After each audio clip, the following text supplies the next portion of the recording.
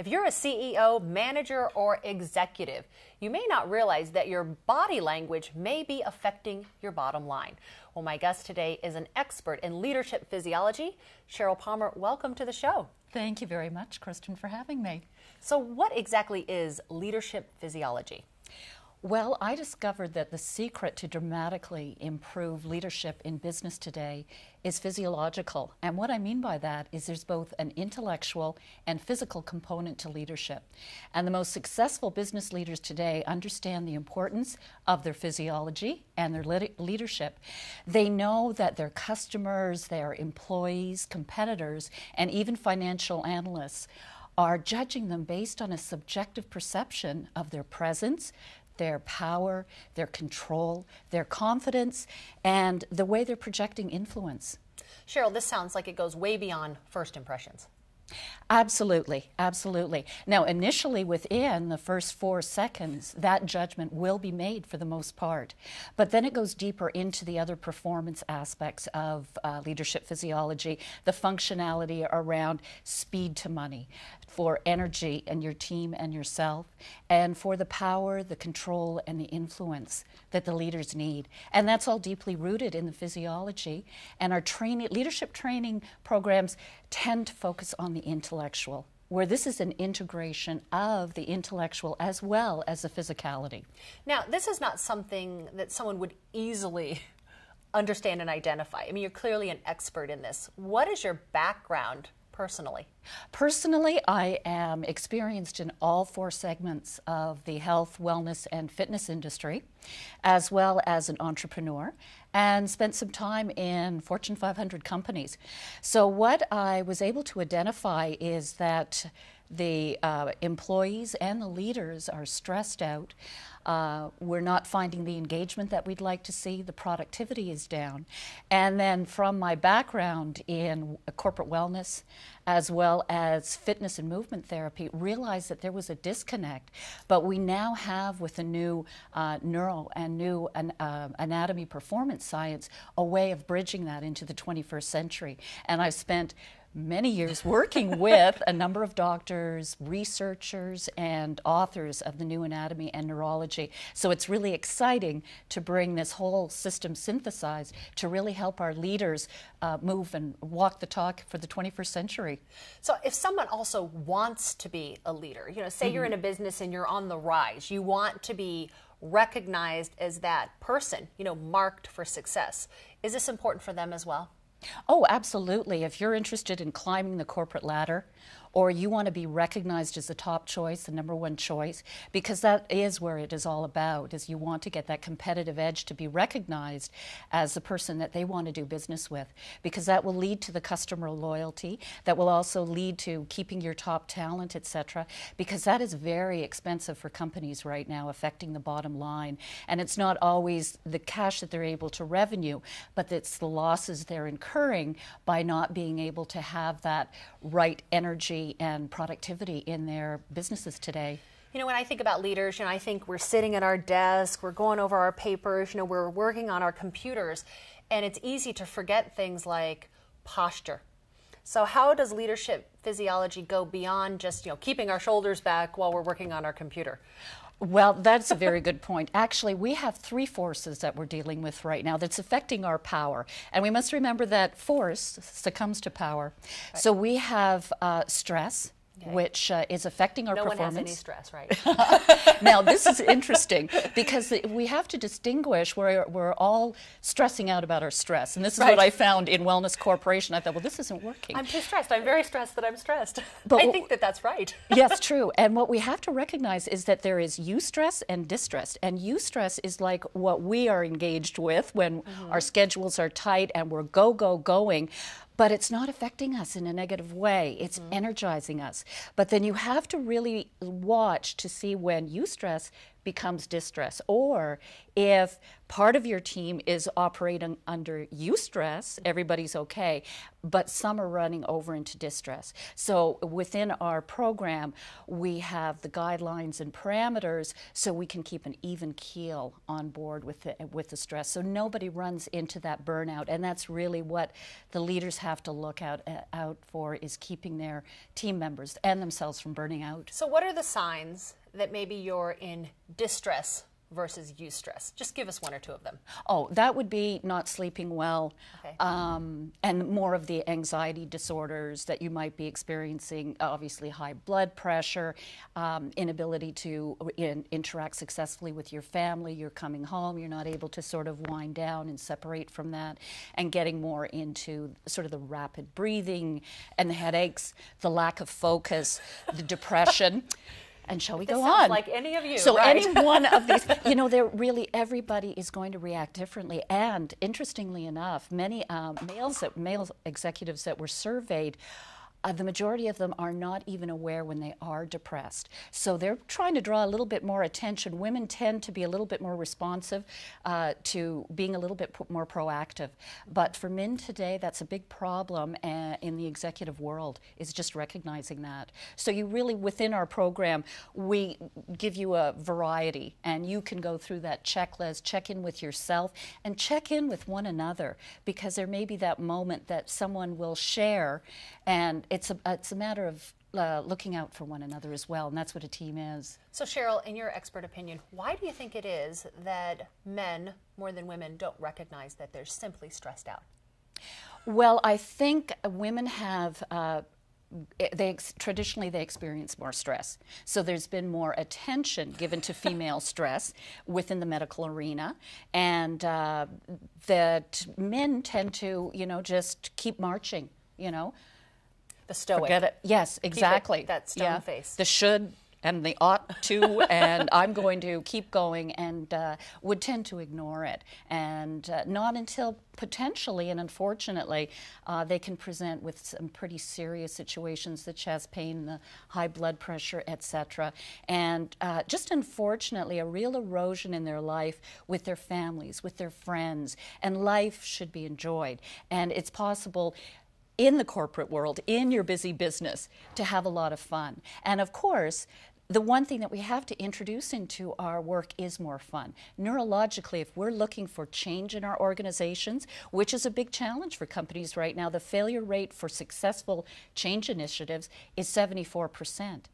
And so many leaders, you know, change or perish, but then the opportunity of looking at, I only have a 20-odd% chance of this initiative being successful.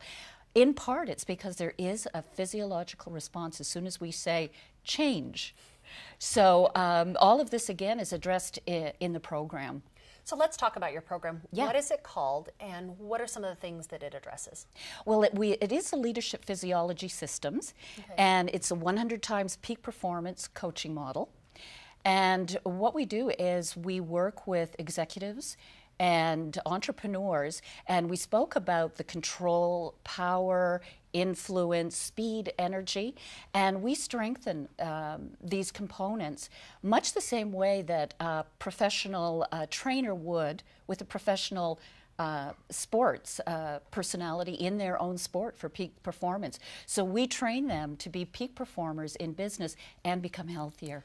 So what does it mean to be a peak performer? A peak performer is when you are going to be able to maximize your productivity. You're enjoying your work, so it's not Monday morning blues. It's like, let's go. It's like being able to come in and seeing your team and everything operating successfully, and leaving your workday and having more energy than when you started out with. So why should executives care about this? I mean, what's at stake? What's at stake? Personally, there's a lot at stake. You know, their families, the way they return and engage them. I don't know if how many in the audience have children and they're involved in different sports, and you race to get them onto the field, and then children come off the field. Hey, did you see that play? And you missed it because you just can't re-engage yourself, refocus because of the distraction. So you can have a clear mind and be able to engage with your children, and those are moments that we can't replay on. So I hear you say that there's an impact in your family Yep. if you're not able to operate at peak performance, but is there any impact inside your business? Huge. Right now, the U.S. economy is losing $360 billion annually to bad bosses. The leaders that are not Have any of you walking. out there ever had a bad boss? Or perhaps you may be a bad boss. And this is another interesting statistic. The majority of employees that were surveyed said that they would prefer to take a new boss than a pay raise. So think about that on your bottom line. They would prefer to take a new boss than a pay raise. Yeah. That's pretty telling. And their biggest complaint is they're not seeing the inspiration, there's not the walk, the talk, etc. And of course, the leader has the weight of the world on his shoulders for performance. And of course, his reputation is on the line and trying to navigate and negotiate different teams and different issues that are affecting their business. You know, when I think about bad bosses, you know, I think about distracted, irritable, not really paying attention to any of the employees. Have you ever encountered anybody like that? Oh, absolutely. Absolutely. I think we all have at some point in time in our lives. And, you know, there's always that controversy about, is it an introverted personality as opposed to an extroverted personality? Right. And really, that's not the bottom line. It really is. And I think that the research is showing now that into the 21st century, we're going to see a new breed of leadership. And part of that is compassion. So I think that says it all, is they want the leader to connect with them in a concerned sort of way. And many of the leaders have traditionally sat in their offices rather than outside of their offices and been on the floor and engaging more with their employees to keep them productive.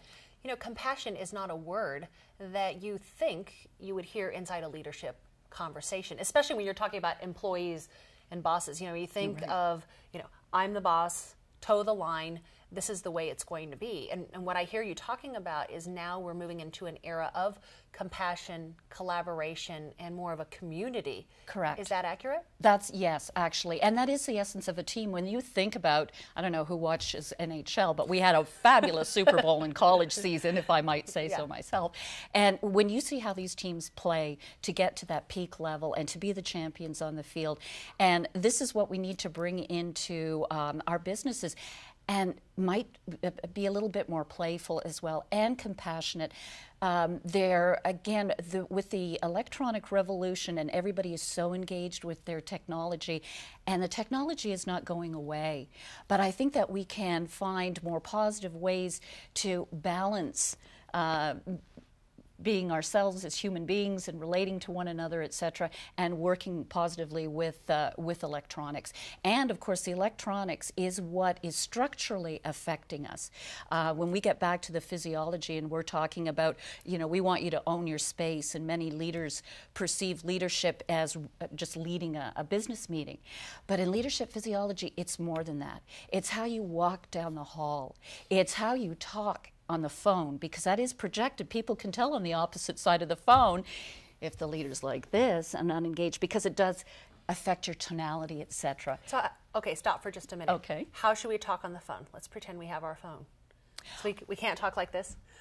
Well, you know, obviously you want to be relaxed. What I would say is when you're talking on the phone like this, and you see, you need to be able to move air through, of course, your airways to vary your tonality.